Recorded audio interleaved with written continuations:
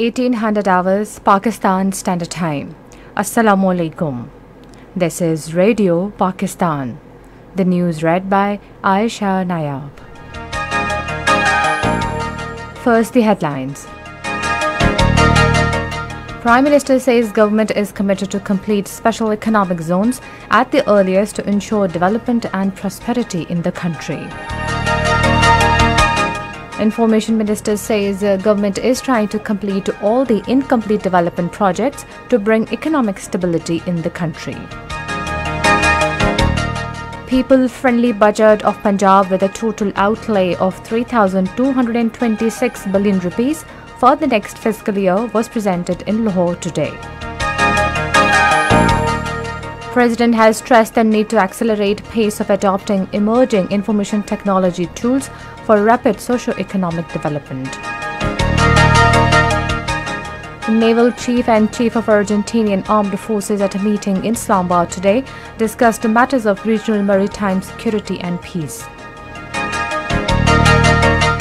Chinese President said his country is ready to work with Russia to push for long-term development of bilateral cooperation. And now the news in detail. Prime Minister Shehbaz Sharif says government is committed to complete special economic zones at the earliest to ensure development and prosperity in the country. Addressing a meeting at Rashakai Special Economic Zone in Rashakai today, he said all problems and hurdles in the smooth execution of CEZ would be addressed on a priority basis. The Prime Minister said focusing on establishing CEZ across the country would boost industrialization and exports and generate employment. He said the solution to Pakistan's economic problems is the massive industrialization and diversifying the export base. He said massive economic activity in the country would create employment, encourage exports and stimulate import substitution. The Prime Minister said 9 CEZ have been planned to be developed in Pakistan for promoting industrial infrastructure and technology transfer. He invited the Chinese companies to invest in Pakistan. He said Chinese expertise in technology and the cheap labor of Pakistan could act in a balance to benefit both sides. Minister for Information and Broadcasting Mariam Aurangzeb says government is working tirelessly to provide relief to the people.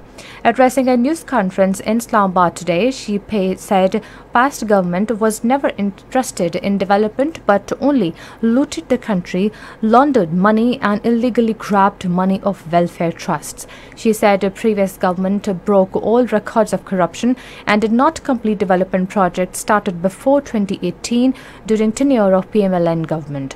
Mariam Aurangzeb said the present government is trying to complete the incomplete development projects to bring economic stability in the country.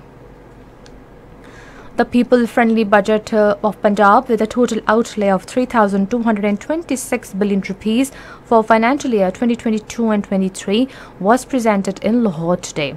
Presenting the budget, Finance Minister Sardar Owais Ahmed Khan Laghari said the total volume of the budget is 22% more than current fiscal year, out of which 1,712 billion rupees have been allocated for current expenditures. He said that total estimated revenue for the next fiscal year is 2,521.29 billion rupees, while the province will get over 2,020 billion rupees from the federal division pool. The minister said 435.87 billion rupees have been allocated for salaries, 312 billion rupees for pensions, while 528 billion rupees for local governments. The finance minister said no new tax has been levied in next fiscal year on account of sales tax on services. He said stamp duty ratio has been proposed to enhance from current 1% to 2% to raise provincial revenue. Owais Laghari said 35% of the annual development program amounting to 240 billion rupees has been allocated for South Punjab, which will be spent on development budgets. President Dr. Arif Alvi has stressed the need to accelerate the pace of adopting emerging information technology tools for rapid socio-economic development of the country. Addressing a 10th convocation of Karakoram International University in Gilgit today, he said Pakistan can achieve fast-paced socio-economic growth within a short span of time by focusing on the human resource development of its youth and equipping them with marketable skills. The president underlined the need to financially empower women by including them in the mainstream of the economy and providing them jobs in different professions. This is Radio Pakistan. A commemorative stamp on the occasion of the 70th anniversary of establishment of diplomatic relations between Pakistan and Japan was launched at a ceremony held at Pakistan Embassy in Tokyo today. According to a press release issued by Pakistan Embassy Director General Pakistan Post, Akhtar Hassan briefed the participants regarding the history of Pakistan Post.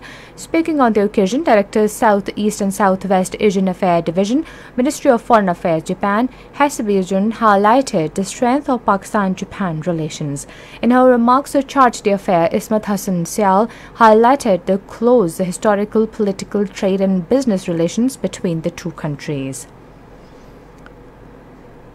Chief of Joint Staff of the Argentinian Armed Forces, Lieutenant General Juan Martin Palau, who is on official visit to Pakistan, called on Naval Chief Admiral Muhammad Amjad Khan Niazi at Naval Headquarters in Islamabad today. During the meeting, they discussed professional matters of mutual interest and changing security situation around the world. The Naval Chief highlighted the role of Pakistan Navy in ensuring regional maritime security and peace. The visiting dignitary appreciated Pakistan Navy's efforts for maritime security and stability. The visit of the Chief of Joint Staff of the Argentinian Armed Forces will promote relations between the two countries. In Indian illegally occupied Jammu and Kashmir, Indian troops in their fresh act of state terrorism martyred 2 more Kashmiri youth in the garb of a cordon and search operation in Kanjikular area of Shopania district today. The troops also continued the search and operation on the second consecutive day today in South Kashmir's Kulagam district. Amid continued curfew that entered the 7th day today, is Badiwar, Indian police arrested a 9 Muslim youth in the town. The arrested youth were part of the group that had protested in the town last week against the Indian ruling Bharatiya Janata Party leaders' derogatory remarks on Holy Prophet Hazrat Muhammad sallallahu alaihi wasallam, Khatamun Nabiyyin.